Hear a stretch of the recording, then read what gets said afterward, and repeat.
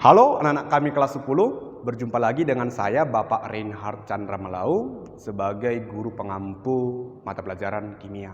Nah, pada kesempatan kali ini kita akan belajar mengenai struktur dan teori atom.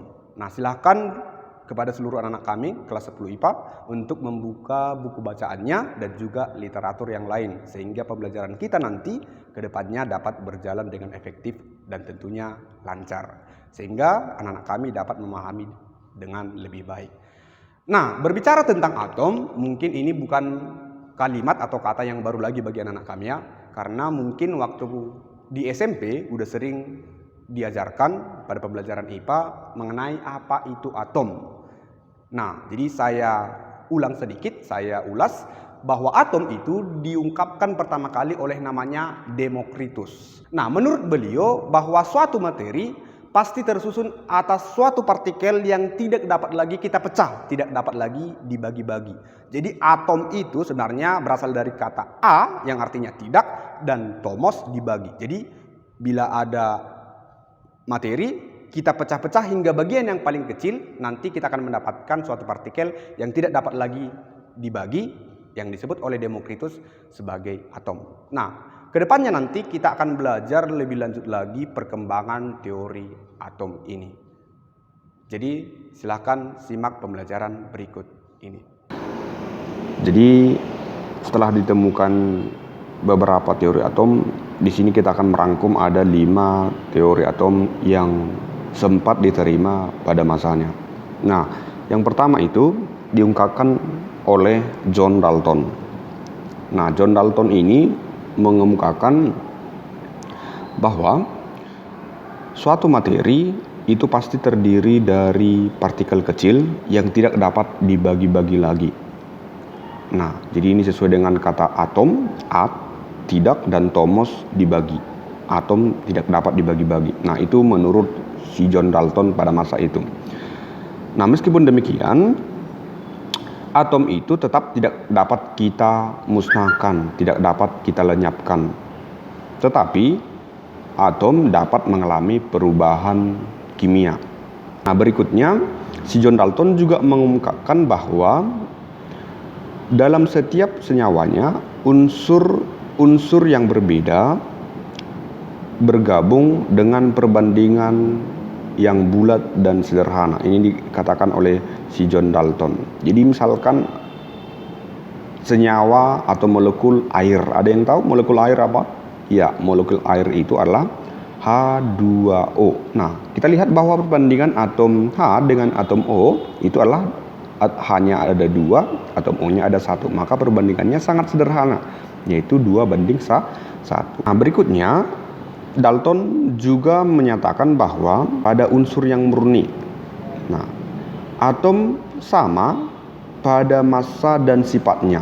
Jadi misalkan ada 1 juta atom oksigen, maka menurut si Dalton massa 1 juta oksigen ini harus sama-sama 16 semuanya, oke, dan sifatnya sama. Nah, perlu dicatat bahwa teori ini tidak dapat lagi kita terima karena sekarang kita udah mengetahui adanya isotop. Nah, jadi isotop ini menyatakan bahwa ada atom-atom yang dia sifatnya sama, tapi misalkan oksigen dia memiliki massa yang berbeda. Jadi sekarang kita temukan ada massa oksigen yang 16 SMA, satuan massa atom, ada juga yang 18 SMA.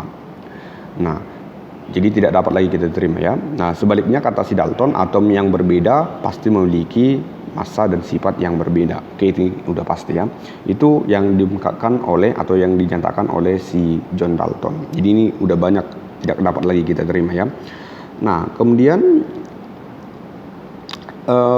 model atomnya si John Dalton ini, nah ini dikatakan model atomnya itu bola pejal. Jadi bola pejal itu artinya dia semuanya itu terisi.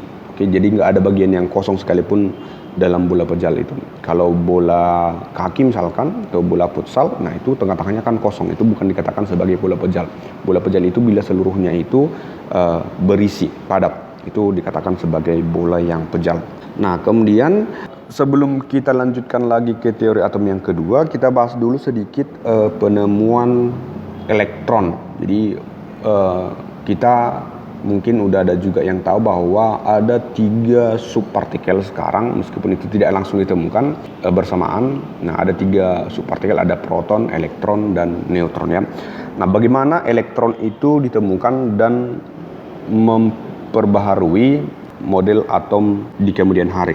Jadi penemuan elektron itu diawali oleh percobaan katoda atau CRT, katoda retup, yang dilakukan oleh Michael Faraday. Jadi Michael Faraday ini orang ahli fisika dan kimia ya.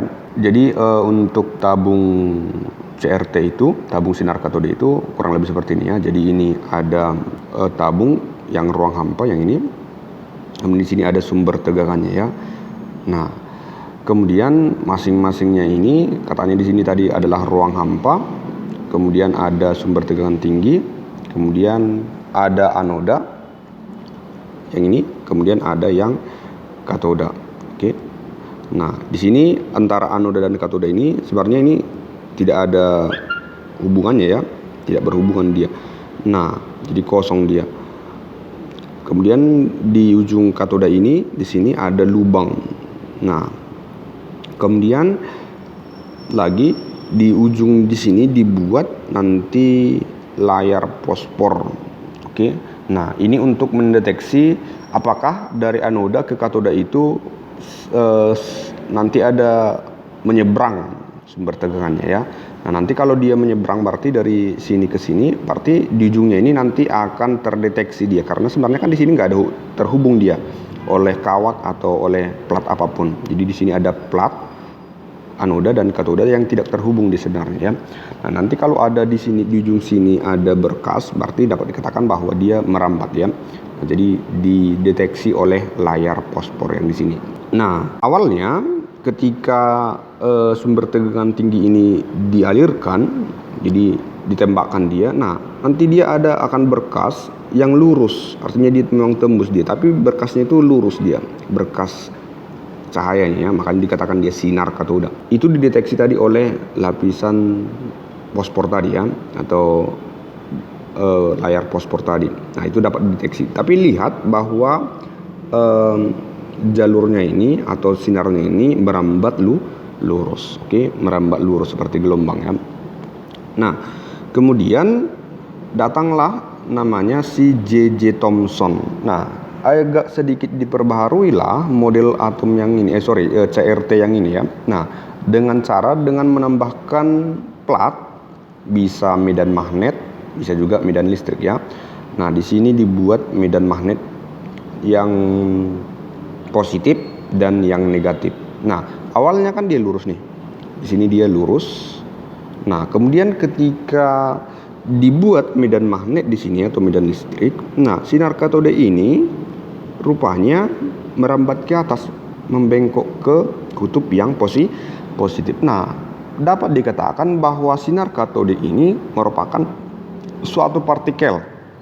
Kenapa dia merupakan suatu partikel? Karena dia bermuatan. Hanya partikel yang bermuatan negatif lah yang dia mendekat ke muatan yang positif. Jadi ada tarik-menarik antara muatan negatif dengan muatan positif. Nah, dengan demikian dikatakan bahwa sinar katoda itu adalah partikel bermuatan negatif. Nah, partikel bermuatan negatif karena dia mengarah ke medan listrik yang positif. Jadi dia adalah partikel yang bermuatan negatif. Selanjutnya disebutlah itu oleh si J.J. Thomson sebagai elektron. Jadi J.J. Thomson katanya melihat bahwa terjadi simpangan sinar katode di dalam medan listrik atau medan magnet. Nah, itu dia untuk penemuan elektron.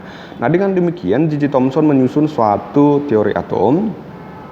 Nah, jadi kata si Thomson bahwa tadi sinar katode itu adalah partikel dasar materi. Jadi dalam atom itu ada lagi subpartikel, ada subpartikel bagian dari atom itu. Nah, yang disebut sebagai elektron. Nah, tetapi dia juga mengatakan bahwa atom itu memang juga berbentuk bola pejal. Nah, di mana terdapat muatan positif dan negatif tersebar secara merata. Nah, tadi kan dia udah menemukan yang namanya elektron. Nah, tapi dia percaya karena atom itu netral, berarti di sini seharusnya ada muatan yang positif. Jadi yang warna biru yang ini, nah dikatakan diri muatan positif. Nah, kemudian ada semacam roti kismis yang menempel di sini sebagai elektronnya. Nah, itulah dikatakan oleh si J.J. Thomson. Nah, kata si J.J. Thomson lebih lanjut bahwa pada atom yang netral, katanya jumlah muatan negatif, artinya jumlah elektron harus sama dengan jumlah muatan yang positif. Jadi, misalkan di sini ada 8 elektron, misalkan, nah nanti di sini jumlah muatan positifnya juga harus ada 8. Kemudian, massa elektron jauh lebih kecil dibandingkan massa atom. Jadi, sangat kecil untuk massa elektronnya. Itu untuk pembahasan teori atom J. Thomson.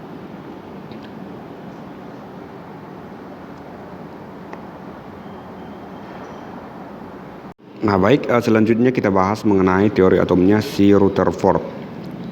Rutherford itu melakukan percobaan penembakan sinar alfa pada lempeng tipis emas. Jadi sinar alfa itu berasal dari zat radioaktif, kemudian ditembakkan pada suatu lempeng tipis emas.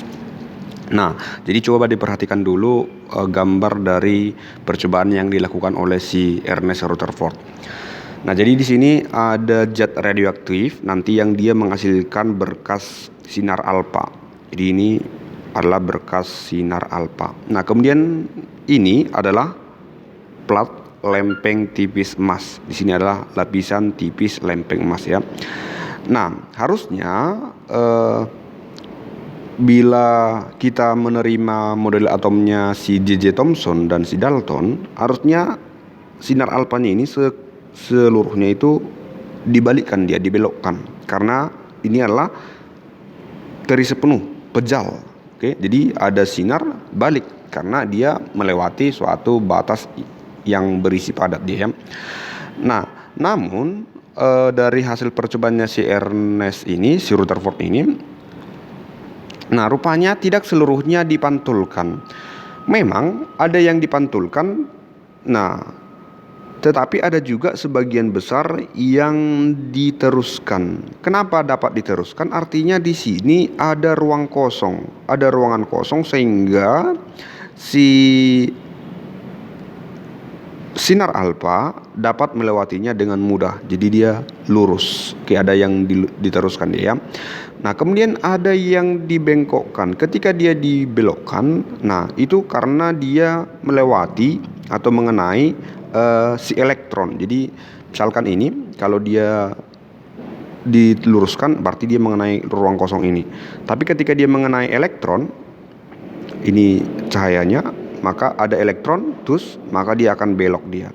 Nah, ketika dia mengenai elektron maka akan dibelokkan. Nah, yang dia dipantulkan berarti dia mengenai inti. Balik dia ya kalau dia dipantulkan. Nah, itu yang dihasilkan dari percobaannya si Ernest Rutherford. Kemudian dia menyusun teori atom, mengatakan tadi bahwa atom terdiri dari inti atom yang bermuatan positif. Nah, di mana di dalam inti atom inilah massa atom seluruhnya berada ya. Jadi artinya perbandingan inti atom dengan elektron itu sangat besar perbedaannya ya. Jadi di inti atom ini dia seluruhnya lebih besar massanya. Nah, kemudian sebagian besar dari atom itu memiliki ruang kosong. Kenapa? Karena tadi dia dapat diteruskan. Nah, itu dia. Kemudian elektron yang ini yang bermuatan negatif, nah katanya dia berada di lintasan tertentu di luar inti yang bergerak mengelangi inti atom ini. Jadi ada di sini dia untuk si tempat elektronnya. Jadi jauh dia jarak inti dengan si elektron. Inti dengan elektron memiliki jarak yang berbeda. Nah, inilah teori yang diungkapkan oleh si Ernest Rutherford. Meskipun demikian, oleh berbagai ilmuwan ada sedikit kejanggalan dengan teori yang diungkapkan oleh si Rutherford ini. Harusnya bila memang si elektron ini dari teori atom yang ketiga ini, bila elektron ini bergerak secara terus-menerus mengelilingi inti atom. Nah, pada suatu saat dia akan kehilangan energi dan lama-lama akan mendekati si inti dan dia akan jatuh dalam inti. Nah, kenapa hal ini tidak terjadi pada atom? Nah, maka berikutnya lahirlah kemudian teori atomnya si Niels dan si Bohr. Nah, jadi menurut kedua orang ini, tadi memang atom terdiri dari inti atom, ini ada inti atom dan dikelilingi oleh elektron, tapi elektronnya ini bergerak pada lintasan tertentu. Nah, selanjutnya lintasannya ini nanti kita kenal dengan namanya kulit atom. Nah, kemudian bila elektron bergerak, jadi elektron itu tadi kan katanya bergerak dia terus menerus. Nah, dia tidak melepas maupun menyerap energi. Jadi dia tidak akan kehilangan atau malah bertambah energinya. Dia energinya tetap.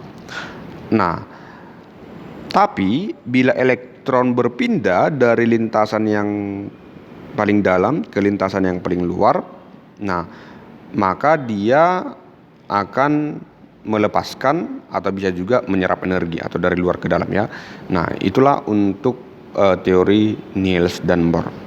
Nah, meskipun demikian ini juga ada sedikit yang perlu diperbaiki. Nah, tadi kan bahwa elektron itu merupakan sinar katoda yang diungkapkan oleh J.J. Thomson. Nah, kalau sinar itu bergeraknya secara gelombang. Percobaan si Niels Bohr ini memang dia melakukan percobaannya dengan meneliti spektrum atom hidrogen. Nah, tepat memang kalau kita teliti spektrum atom hidrogen, nanti bisa diperhatikan di bukunya ya. Nah, namun tidak berlaku kalau dia atom-atomnya memiliki jumlah elektron yang lebih banyak di atas hidrogennya. Nah, jadi untuk memperbaiki kelemahan teori atom si Niels dan Bohr ini, maka lahirlah teori atom modern atau mekanika gelombang. Teori atom modern, atau lebih kita kenal nanti dengan istilah mekanika gelombang, didasari oleh sifat dualisme partikel materi yang dikemukakan oleh de Broglie. Nah, jadi menurut de Broglie, jika cahaya memiliki sifat sebagai partikel, sebagaimana tadi yang diungkapkan oleh si J.J. Thomson dalam penemuan elektronnya, dia mengungkapkan bahwa sinar katode itu merupakan sebuah elektron. Jadi berarti di sini cahaya atau sinar itu memiliki sifat sebagai partikel. Partikel apa tepatnya? Yaitu partikel elektron. Maka partikel itu juga wajib memiliki sifat gelombang. Itulah sifat dualisme yang dikemukakan oleh de Broglie. Nah, kemudian dilanjutkan lagi oleh asas ketidakpastiannya si Werner Heisenberg. Nah, menurut beliau bahwa kita tidak mungkin menentukan posisi dan momentum suatu elektron secara bersamaan dengan tingkat ketelitian yang tinggi. Nah, maka si Erwin Schrödinger menyusun suatu persamaan gelombang, nah yang dikenal nanti dengan persamaan gelombang Schrödinger. Nah, maka kita lihat di sini ada model atom mekanika kuantum atau mekanika gelombang yang sekarang disebut sebagai teori atom modern. Nah, jadi yang paling hitam ini, yang garis-garis yang paling hitam ini, disinilah nanti kita menemukan elektron dengan peluang yang paling besar. Jadi paling rapat dia. Nah, kemudian daerah inti atom di sini ya.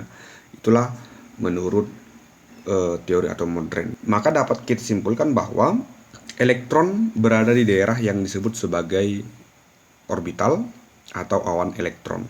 Jadi ini nanti kita sebut sebagai awan elektron.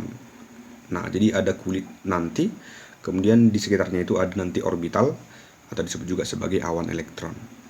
Nah, kemudian kulit atom terdiri dari beberapa subkulit. Jadi ada kulit tadi yang dikemukakan oleh si Niels dan Bohr. Kalau kita perhatikan teori atomnya Niels Bohr, nah di sini dia ada kulit yang dikemukakan oleh si Niels dan si Bohr. Nah, ini nanti masih terdiri atas beberapa subkulit yang kita kenal nanti di dalam subkulit itu ada juga orbital atau awan elektron ya.